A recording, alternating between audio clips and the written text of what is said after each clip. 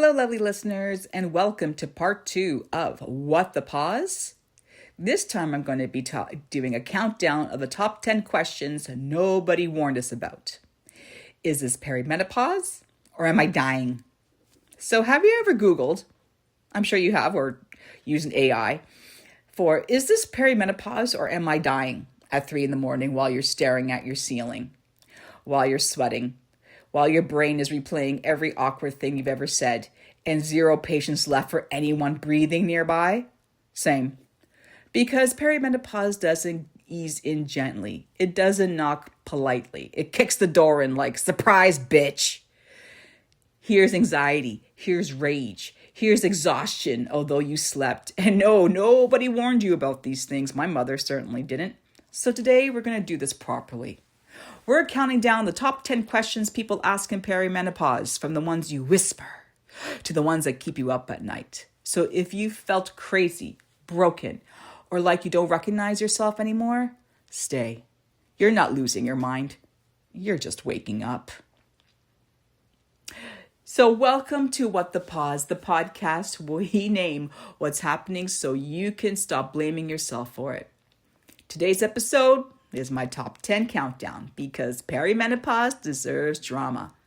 So let's start at number 10 and work our way down to the number 1 question. And this question for number 10, I thought for sure would have been number 1 because I see this all the time in people asking questions on social media. So, do I need hormones and are they safe? Oh my God. This question is loaded. Why? The internet says hormones are evil. Your doctor might just shrug their shoulder and say, yeah, they are. Or, nah, you don't need it. And you hear of others swearing that they saved her life. And that's what I did too. HRT for me saved my bloody life. All right? Because I needed the tool. I needed hormones. Hormones are the tool, not the mandate. But they aren't 100% magic either, right? You're still going to have moments of depression. You're going to have moments where you're not feeling like yourself, that you are still a little bit tired. And that's okay. It's okay. What you really want is real information. You want to know what your hormonal options are, and you want everybody to stop this fear mongering. Everything from your parents, your mother, to grandmother, to you've had breast cancer, you can't go on estrogen. Rethink that one, people, because those studies are changing quite significantly because women are not shutting up. We are starting to raise our voices to understand and to get the questions answered with why. Why have you told us before that we can't do it? And all of a sudden we can. Because you deserved an informed choice. Not suffering in silence to prove that you're strong. Are you kidding me? If we suffer in silence, we are withering away. But I digress. Question number 9. What happened to my libido? And why does sex hurt? This one gets whispered. Your desire drops, dryness happens, sex hurts, UTIs show up uninvited. And instead of help, many people get silence. Or, like I said in my part 1, it's just aging. No, sex shouldn't hurt. And you don't lose the right to pleasure because your hormones changed. This is common and it is treatable. Full freaking stop. Question number 8 in my top 10. Why does my body hurt all the time? Do you ever wake up and you feel like you're 90 years old? And you swear you're taking your supplements, you're taking your magnesium, you're taking your calcium, vitamin D, whatever the case may be. But I know for me, when I was starting HRT, a lot of these symptoms actually eliminated. However, you didn't injure yourself. You slept wrong, and now your shoulder hates you. You may be experiencing joint pain, stiffness, frozen shoulder energy. So many women I know I didn't have frozen shoulder going through, I'm still in late stage, but I haven't experienced frozen shoulder. But I know a few women who have, including my mother and including a few friends who work in the aesthetics industry. So you may think it's just repetition of your shoulder, but actually it's not. Estrogen helps regulate this inflammation. So when it drops, your body gets loud. It starts to scream. You are not suddenly 90. It's your hormones are just being dramatic. So again, we want to get that equated. We want to get those hormones stabilized. Number 7, is my period supposed to be this chaotic? Well, we have short cycles, long cycles. We have flooding, spotting. They've come and gone, but then they've come back with a vengeance. Your uterus is freelancing. Yeah, they're taking on some side gigs. And the unpredictability messes with everything: work, travel, sex, even your own sanity. This chaos is so annoying, but it's also textbook perimenopause. So, yes, your period is supposed to be this chaotic. That's why I always say, if you have a period tracker, I don't find any menopause trackers to be any good, because they're not dealing with what you are feeling and what symptoms you have. They only track, how many days you've had without a period. If you go to a regular period tracker, even if you have an iPhone and you're using Apple Health, you could put in your times that you have your periods. However, if I look at my tracker, I haven't had a period in 165 days. But before that, it was 60 days. Before that, it was 30 days. And before that, it was 90. So especially if you're going into your late stage, I'll remind everybody that I'm 54 and I'm in late stage perimenopause. I've had everything I described here in terms of my cycles being erratic, and that is completely normal, even with the HRT that I'm on. Number 6. Oh, this is a good one. Why am I gaining weight when nothing has changed? Same food, the same diet, I'm doing the same movement, but you have a different body now. And the weight goes straight to the middle like it's signed a lease in my body. It's not laziness. It is not failure. This is biology, ladies, okay? Because we mentioned this before. Your insulin changes. You have your muscle loss that's going fast and furious. And then you have your stress hormones, which will also increase your cortisol, which increases your the weight that's triggered in your belly. So diet culture can sit this one out. You cannot be working out the same way you did in your 20s and 30s. In your 40s, you can try to do all the HIIT workouts. I used to teach high-intensity Zumba, lots of cardio. And if you asked me to jump right now, I'll probably rip my meniscus in my right knee because it really hurts right now. Nonetheless, so you have a different body. You're going to do a lot of weight training. You're going to eat well in terms of what your body needs for fuel, especially for hormonal balancing. We want to eat that protein, right? You want to change your movement from cardio or high intensity to weight training. Okay? So go through that. Or you can work with a menopause coach like me to get you back into a stronger, better version of what you're going through right now. Question 5.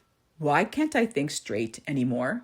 Yeah, we talked about this in part 1 because that's that brain fog, right? We feel that it feels personal, forgetting the words, losing focus mid-sentence, questioning your own intelligence. Your brain loves estrogen right now. It's running on a dial-up, okay? You're not getting dumber. You're just under construction right now, okay? And that's all it is, temporary. Question 4, what the hell is happening to my mood and patience? Were you ever a patient woman? I never was, ever. So I knew getting into this phase, I would be, oh boy, not really good in it because the tolerance is gone. You cry, you snap, you rage. Oh my God, do I ever rage? And then you feel guilty. It's like throwing a grenade in a public arena and seeing what happens is just awful. If you watch Pluribus, you know exactly what I'm talking about. But here's the thing. This isn't you becoming mean, okay? This is your nervous system done buffering nonsense. Sometimes perimenopause doesn't make you worse. It actually makes you honest. And yeah, we all hear about the zero fucks methodology. We hear about Mel Robbins. Oh, just let them. Yeah, no, Mel Robbins to me is not really trained in terms of telling us that. And you really shouldn't be just ghosting everybody, you know, because of the way they anyway, I digress. But those who like Mel Robbins, okay, good for you, but I don't. So you really need to make sure that you are getting yourself checked to make sure that you don't feel guilty if you have a rage. Okay, that's why I say in my previous podcast in menopause and teenagers, the hormonal hurricane, you need to tell whomever is in your life why you're feeling this way and that it's not personal and that it's something that you are going through. And if that person is supportive, they're going to say, okay, you just go through what you need to go through. But your teenagers aren't going to be so lovely about that. Let me tell you. All right. I have a fight with my teenagers almost every day. And it's, to me, you can even hear it in my voice, I'm getting pretty exhausted by it. But you know what? All this rage, all this anger is just a way of you transforming into a very honest person who will not sit down, who will call out shit that does not belong in society, and call out certain behaviors by people who do not need to treat us like the way they do. So, which goes to my next top 3 question. Why is my anxiety suddenly out of control? Especially never had anxiety before. Now, I've had anxiety since I was 5, and that's childhood trauma. Okay? I still have anxiety at times. But I know when at 45 years old, my anxiety was going through the roof. I was crying in the gym out of nowhere. I was anxious about every single court case I had to go through because I was getting divorced in the meantime. You know, my chest was getting tight. So I was used to that. But then I thought maybe this is just my normal for the rest of my life. And that's so incorrect of me to say. And I'm so glad have done my research and have become accredited coach. So I don't have to think like this anymore. Okay, you don't need to have the chest tightness, the racing thoughts, the panic out of nowhere. Estrogen messes with serotonin and GABA, the brain chemicals that keep you calm. Your nervous system is under renovation. You didn't break it. So do not panic. Do not worry. You're just going under a slight transformation. Number 2. Oh, this is a good one. Why am I so exhausted even when I sleep? This isn't taking a nap tired. This is like a level of fatigue that you've never experienced before. And if those women out there who've had a newborn knows exactly, this is way more than that. We thought, oh my goodness, when the kids get out of their sleeping patterns when they're a newborn, they'll get better. Nope. You hit this again years later, my dears. So, why? Hormones disrupt sleep quality, cortisol, and blood sugar. So yeah, you slept, but yeah, you're still exhausted. If someone tells you to just rest more, mentally flip them off. But I believe that person is correct. And now for the number 1 question. Do you like that drum roll? Is this perimenopause or am I actually sick? This is the one that sends people to Google at 3 a.m. You're having heart palpitations. That goes with the anxiety. Dizziness. Yeah, we can get vertigo too. Rage. Joint pain. Perimenopause symptoms can feel like medical emergencies. And because nobody warned us, we always assume the worst. But you're not dramatic. You are underinformed. So I'm going to close this out, guys. If you recognized yourself in this list, good. That means you're not broken, you're not failing, and you're not imagining things. Because perimenopause is not a character flaw. It's a transition and transformation that nobody prepared us for, and then blamed us for struggling through it. We were not warned about hot flashes. We were not warned about anxiety, rage, brain fog, or losing ourselves for a while. And maybe the hardest part isn't the symptoms. It's going through them all alone. So if today all you got was, oh, there's a name for this, that's enough. And if you're thinking, I wish someone had said this sooner, now you get to be that someone. Talk about it. Share it. Stop apologizing for your body doing what bodies do. And hear this clearly. You are not too much. Your body is not betraying you. And this is not the end of you. It's a recalibration. This is what the pause. And we are just getting started for 2026. Lovely listeners, thank you so much for listening. Please feel free to share this out with your other girlfriends, people who are having some struggle right now, especially through the holidays. And I will be coming back with another podcast of just before the year's end. And I really hope you enjoyed these 2 countdowns.